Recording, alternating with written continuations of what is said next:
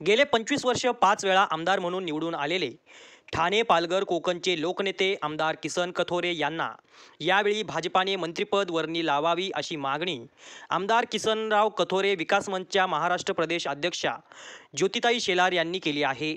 मोठ्या संख्येने असलेल्या कुणबी समाजाला ठाणे जिल्ह्यात कैलासवासी शांताराम भाऊ घोलप साहेबांनंतर मंत्रिपदापासून वंचित ठेवले।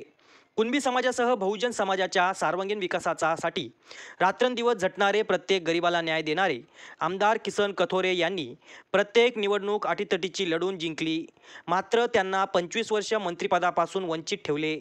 येत्या निवडणुकीत 53,000 मतांनी निवडून आलेले किंगमेकर आमदार म्हणून किसन कथोरे यांना मंत्रिपद देण्यासाठी लहान मुलांपासून वृद्धांपर्यंत मोबाईलवर स्टेटस ठेवले आहेत।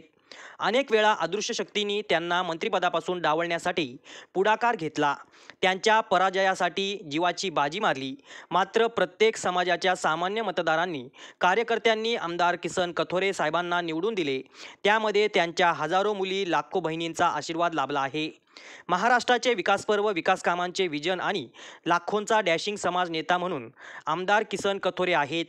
त्यांचा विजयाचा रथ कोणी रोखू शकत नाही, मात्र येत्या निवडणुकीत पुन्हा समाज नेतृत्व धोक्यात आणण्याचं काम अनेकांनी केला। त्यांच्या मानगुटीवर पाय देऊन निवडून आले आहेत।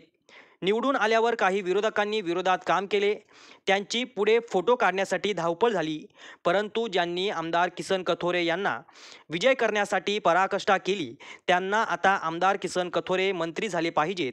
भाजपा व मित्रपक्षांनी ठाणे कोकणाचे कुणबी समाजाला न्याय द्यावा। कोठींच्या संख्येत असलेल्या बहुजन समाजाचे नेते आमदार किसन कथोरे यांना मंत्रिपद देऊन सन्मान करावा अशी मागणी ज्योतिताई शेलार यांनी केली आहे। ब्युरो रिपोर्ट, युवा महाराष्ट्र, ठाणे।